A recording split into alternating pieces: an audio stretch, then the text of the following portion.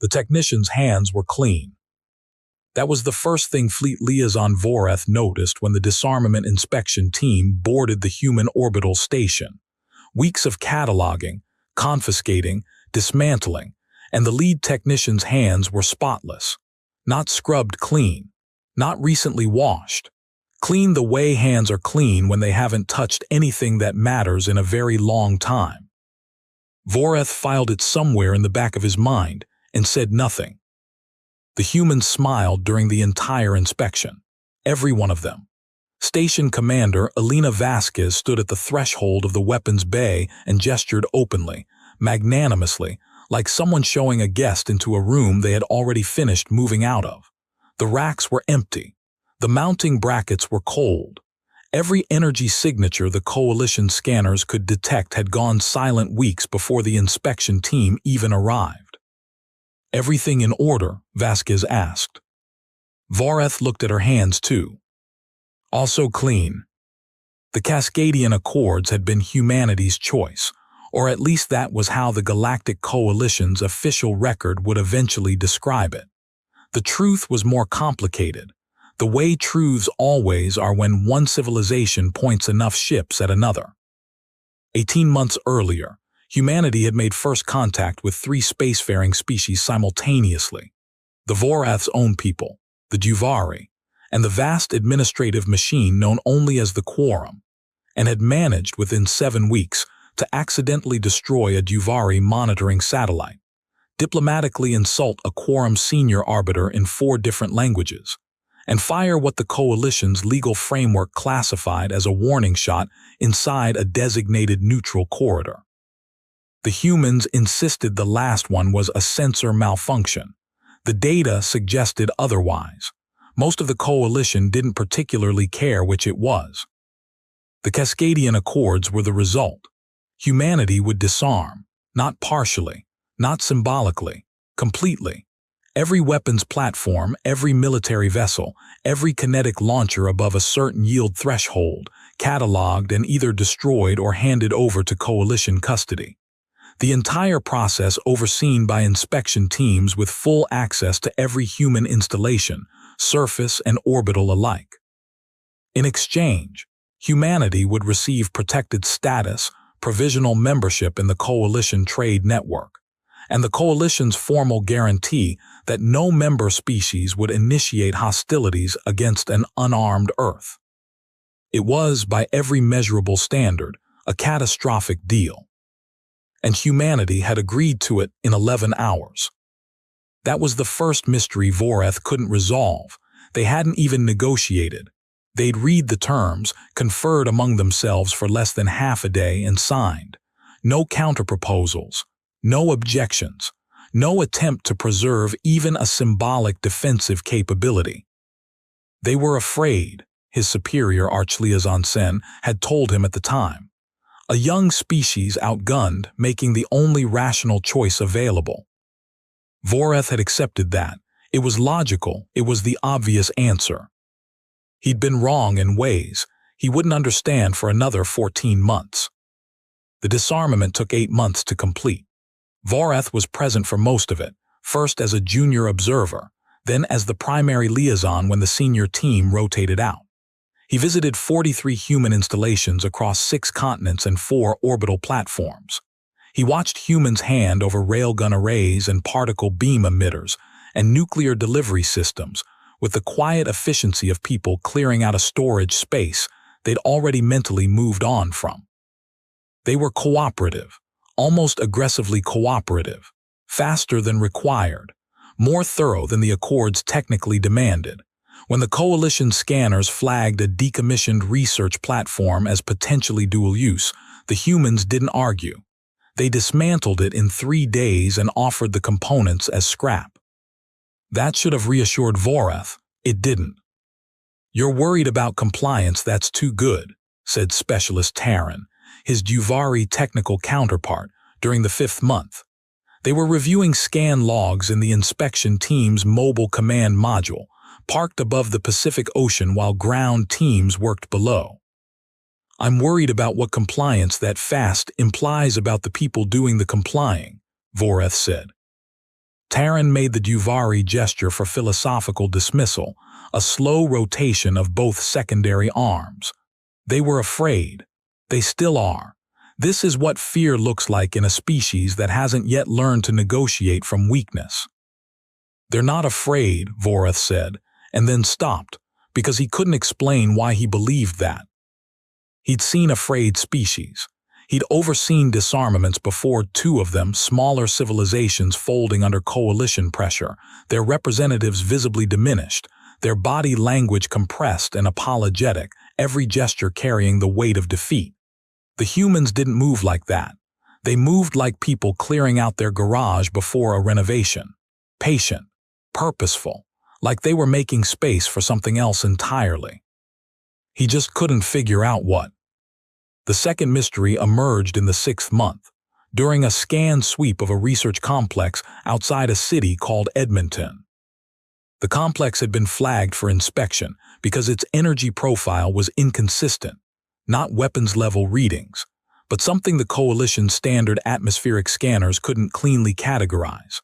When the inspection team arrived, they found a sprawling campus of low buildings surrounded by what the humans called a boreal forest. The facility director was a small woman named Dr. Yale Acaffer, who wore paint-stained clothes and offered them coffee before anything else.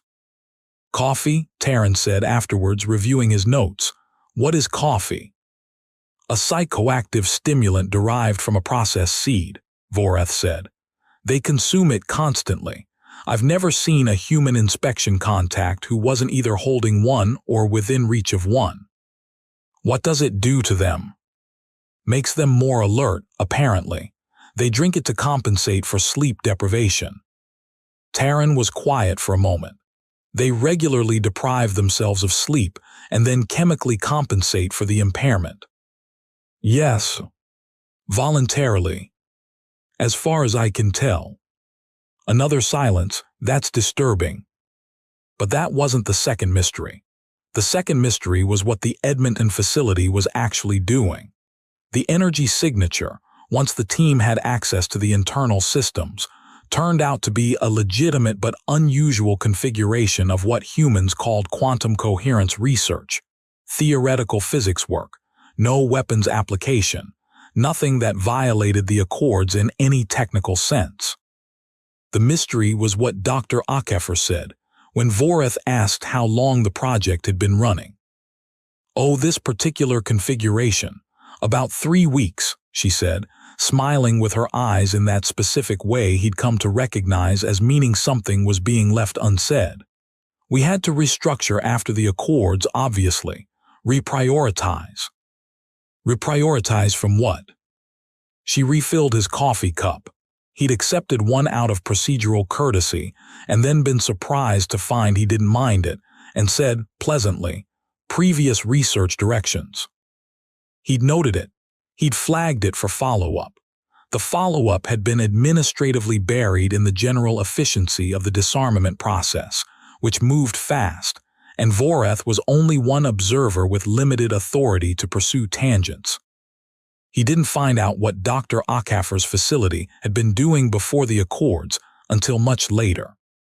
What he found when he did was the third mystery, and the third mystery was the one that changed everything. By the time the disarmament was formally declared complete, 8 months and 12 days after the signing of the Accords, Voreth had submitted 14 reports containing what he internally categorized as soft anomalies. Individual observations that didn't constitute violations, didn't trigger any coalition alert threshold, but accumulated in his private assessment into a pattern he couldn't name. The hands, the speed, the smiling, the reprioritization, the coffee. The way humans talked about the Accords as if they were a delay, not a defeat. His superiors received his reports with courteous disinterest. Archliaison Sen called him professionally thorough. The Quorum Administrative Review called his documentation exemplary.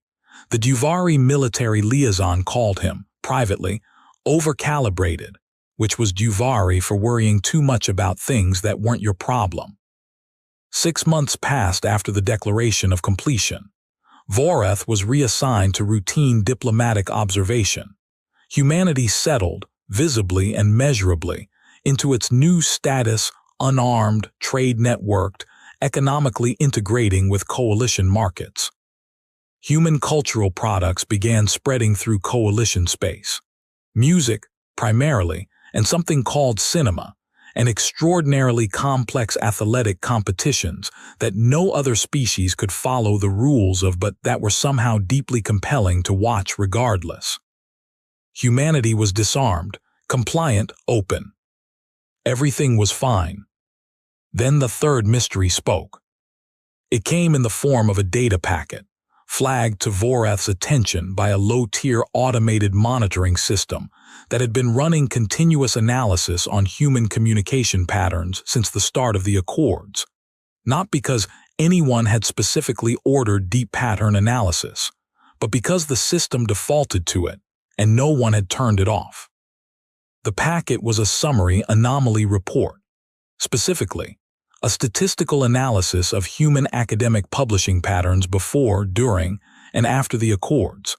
The system had identified a sharp and coordinated redirection of research focus across thousands of human academic institutions, beginning approximately 4 months before the Accords were signed.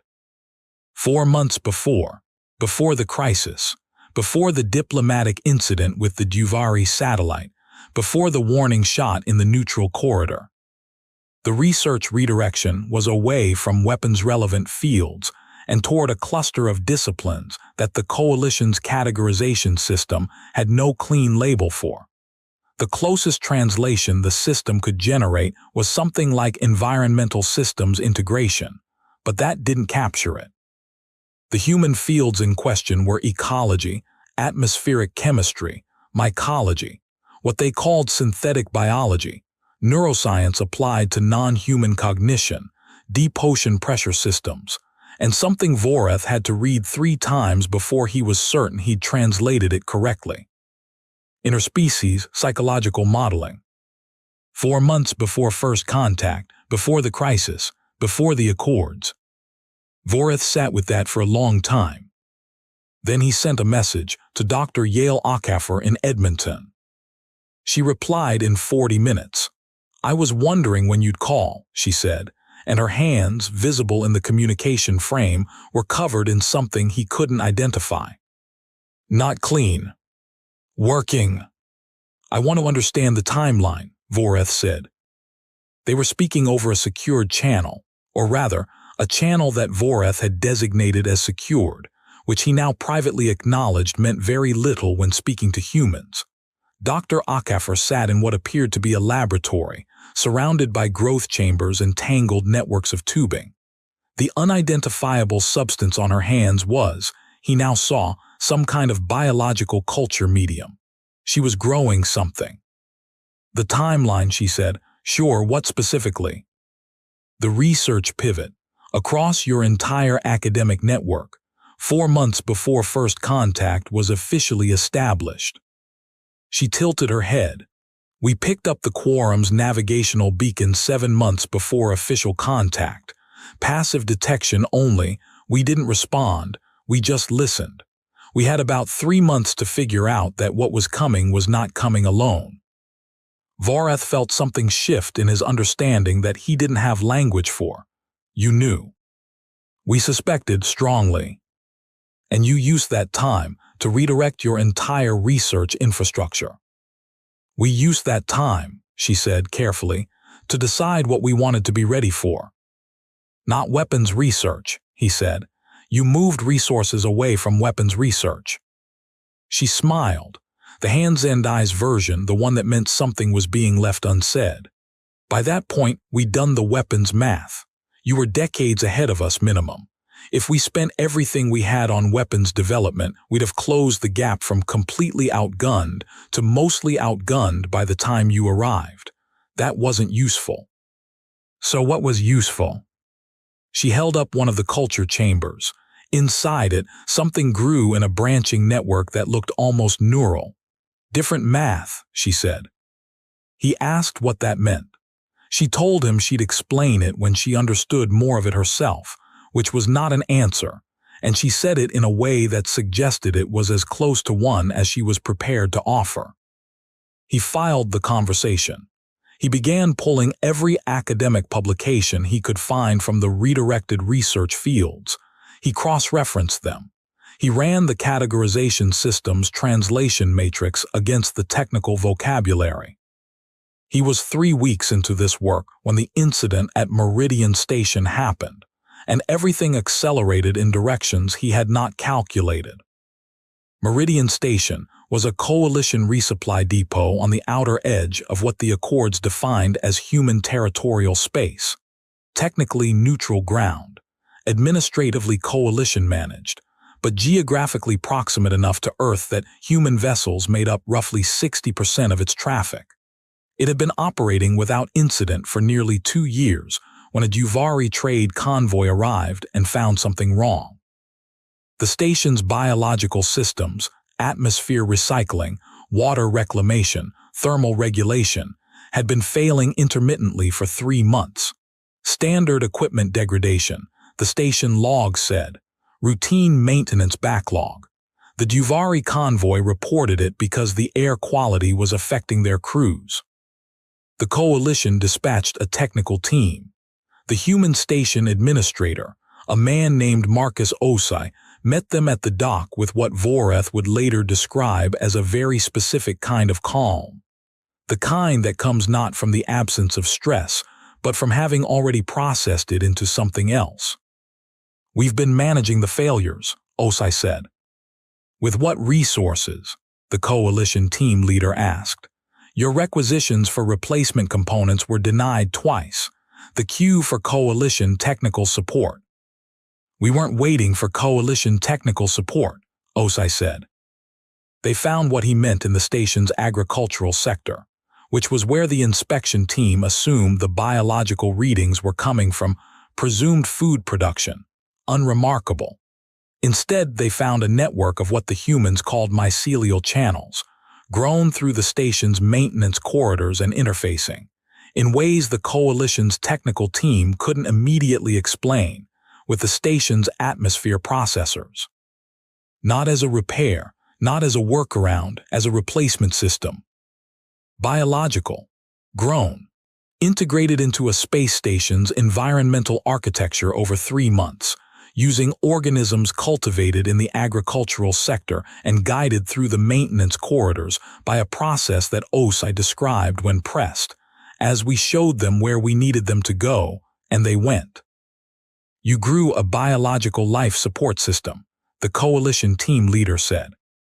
"We grew a collaborative one," Osai said. "The distinction matters." The team leader filed an urgent report. Voreth received a copy, as all Accords-related observations were routed through his office out of administrative habit even after his reassignment. He read it 4 times. Then he went back to Dr. Ockheffer's research field list. Mycology, atmospheric chemistry, environmental systems integration. He thought about the 4 months before first contact. He thought about the hands that were too clean and the hands that weren't clean at all. He thought about humans who smiled during their own disarmament. He thought, what if they weren't surrendering their weapons? What if they were making space? What followed was not a single revelation, but a cascading series of them, each one slightly more destabilizing than the last, arriving over the course of what Voreth would remember as 6 of the most intellectually disorienting weeks of his career. The mycological network at Meridian Station was not unique. Voreth cross-referenced station maintenance reports across every human-administered facility in Coalition space. There were 23 of them, small installations, resupply points, the kind of places that got Coalition attention approximately never, and found evidence of similar biological integration projects in 11 of them. Different organisms, different applications. Same underlying principle. Humans cultivating relationships with biological systems and then deploying those relationships as infrastructure. None of it violated the Accords. The Accords addressed weapons. These were not weapons. But the Edinburgh facility, He found it when he started looking at atmospheric monitoring data more carefully, was doing something that went several steps further. They had established what the lead researcher's notes described as a closed-loop atmospheric conversation with a fungal network that spanned, as of the most recent data point, approximately 14,000 square kilometers of the surrounding boreal ecosystem. The network was not passive, it was processing.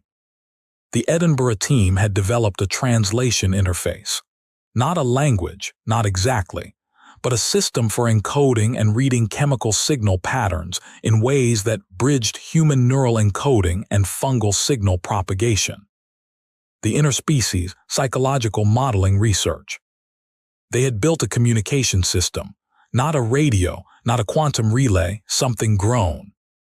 And then Voreth found the paper that made him sit completely still for 11 minutes, which he would later describe to colleagues as the longest 11 minutes of his professional life. The paper was authored by Dr. HFY and 14 co-researchers, published 4 weeks after the accords were signed, in an academic journal that the coalition's monitoring system had flagged as low priority, theoretical biology, limited strategic relevance. The paper's title, in translation, was Distributed Processing Networks as Communication Infrastructure, Theoretical Range Projections for Chemo-Signal Relay Systems at Solar and Interstellar Scales. Interstellar. They were not building communication systems for Earth. They were building them for the space between stars, using biological networks that grew, adapted, replicated, and could not be confiscated because they could not be meaningfully distinguished from the ecosystems they grew through. The coalition had spent 8 months cataloging and removing every piece of human weapons technology it could detect. It had not detected this because it hadn't looked like a weapon. It hadn't looked like anything military at all. Because it wasn't. It was something the coalition had no category for.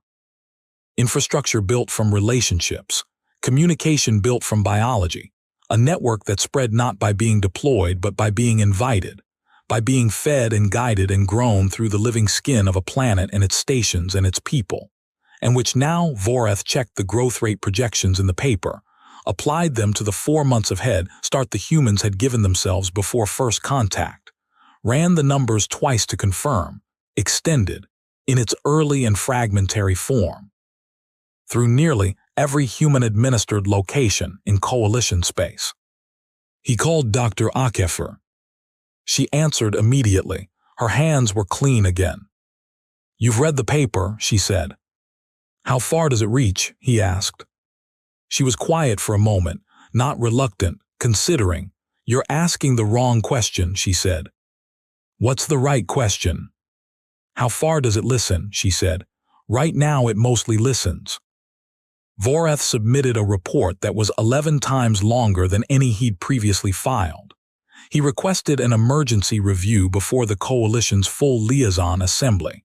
He attached Dr. HFY's paper, the Meridian Station inspection record, his cross-referenced facility analysis, and the growth rate projections he'd calculated. He marked it urgent, ACCORDS compliance, novel technical category. The Quorum's administrative office acknowledged receipt and assigned it a review queue position of approximately 4 weeks. Voreth called in 6 favors accumulated over 9 years of meticulous service and got the review moved to 11 days. He spent those 11 days reading everything he could find, and what he found made the 11 minutes of stillness feel brief. The biological networks were not the only thing. They were the most dramatic thing, the most legible to a non-human observer who was looking for technology, but they were not the only thing.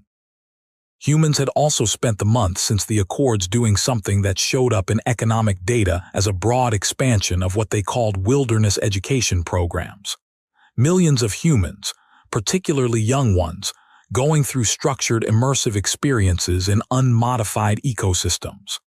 Learning to navigate, read weather, identify edible and medicinal organisms, understand animal behavior. The Coalition's monitoring system had categorized this as cultural activity, recreation, fitness, psychological health. It was all of those things. It was also, Voreth realized with a sensation he had to look up the human word for. It was dread, systematic, civilization-wide upskilling in how to survive with nothing. They had given up every detectable weapon. They had simultaneously begun training their population at massive scale in how to live without any infrastructure at all, not as a military project, as an educational initiative. They're not preparing for war, he told Terran when they spoke on the 7th day. Then what are they preparing for? Terran asked. I don't think that's the frame, Voreth said. They're not preparing for anything specific. They're making themselves harder to stop, as a species, not militarily, fundamentally, at the level of what every individual human can do without help. Terran's secondary arms went still, without any help. Without any coalition-dependent infrastructure, without any detectable technology infrastructure, without anything we know how to locate and remove. A long silence on the channel. Then, Voreth, the Accords were supposed to make them dependent. I know. They were supposed to need us. I know. They're not going to need us, are they? Voreth looked at the growth rate projections on his screen. 14,000 square kilometers and growing. And that was just one node of a network whose total extent he hadn't yet been able to calculate. No, he said, I don't think that was ever what they were planning. The liaison assembly was not what Voreth had hoped for, and exactly what he'd expected. He presented for 2 hours. He showed the data, walked through the timeline, laid out the growth projections. He had prepared for skepticism, and he received it in volume. What precisely are you claiming they've violated? Arch-Liaison Sen asked. I'm not claiming a violation, Voreth said. Then what are you claiming? I'm claiming that the Accords removed everything we could see, and that what we couldn't see has grown in that space faster than anything we'd have allowed if we'd known what we were looking at. You're describing a communication network made of fungi, said the Duvari military liaison, with an inflection that Voreth had learned translated approximately as "Are you listening to yourself?" And mycorrhizal relationships extended through human agricultural and forest systems to approximately 60% of Earth's terrestrial surface, currently growing, Voreth said, with projected reach to every human-administered coalition facility within 18 months.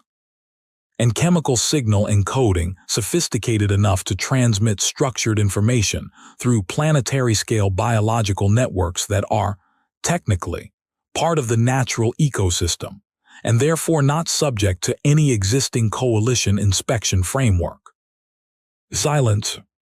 And, he continued, a parallel civilian education initiative that has now trained approximately 340 million humans in subsistence-level ecological survival techniques, meaning that if every piece of coalition-visible infrastructure on Earth were removed tomorrow, there are hundreds of millions of humans who know, individually, how to eat, navigate, communicate via the biological network, and reconstruct critical knowledge from memory alone. More silence. They complied with the Accords completely, he said. I want to be clear about that.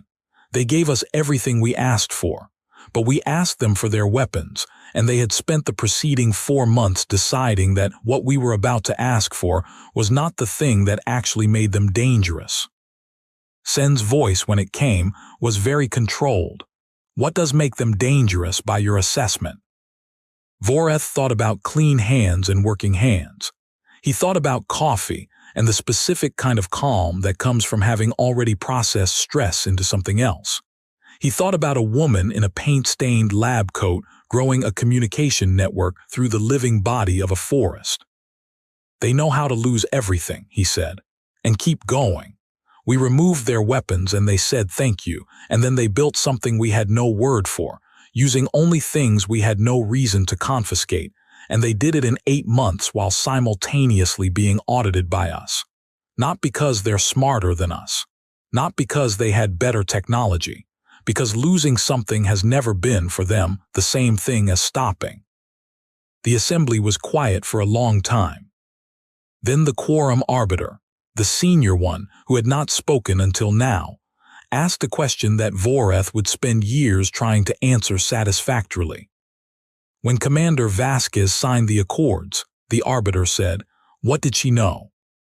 Voreth thought about it. "Everything," he said finally. "I think she knew everything we were about to take from them, and she had already decided it didn't matter." The network spoke for the first time officially, in a form the coalition could receive and verify as intentional communication, on a Tuesday by the human calendar.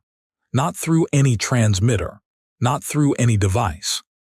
Through a pattern of chemical signals propagating from Earth through the established mycorrhizal relay at Meridian Station, translated through a biological interface of the human's own design, decoded through a protocol they had published, openly, in a peer-reviewed journal, 4 weeks after signing the accords. The message was brief. Voreth was present when it was decoded. He watched the translation come through on the Coalition's standard communication interface, rooted, absurdly, through the very systems the Coalition had built to monitor human compliance. The message said, "We have been listening since the beginning. We understand your concerns. We would like to discuss terms." Not surrender, not defiance, terms. The same word humans had not used 18 months earlier, when they had signed the accords in 11 hours without negotiating, without objecting, without attempting to preserve a single weapon, without doing anything that would have suggested they understood what they were giving up. Because they had known exactly what they were giving up, and they had known exactly what they were keeping, and they had spent 18 months growing the thing they were keeping through the bones of a planet and the corridors of coalition space while smiling and cooperating and offering coffee. Commander Elena Vasquez appeared on the communication channel personally, which was not protocol. She was not in uniform. She was, as far as Voreth could tell, in the same building as Dr. Akafer because he could see culture chambers in the background. Her hands were working. "Liaison Voreth," she said, "I'm glad it's you. You knew I'd be here. We knew someone would eventually be paying close enough attention. We hoped it would be someone who could see the difference between what we gave you and what we kept." She paused. "You can see it, can't you? What you kept," he said slowly, "is not a weapon." "No," she said. "It's not a defense system either, in any traditional sense." "No," she said again. "Then what is it?" She looked at him with the expression he'd spent 18 months trying to translate, the one in the hands and the eyes, the one that left something unsaid, and this time she said it. "It's proof," she said, "that we don't need your permission to exist." What followed the message took 3 years to fully resolve.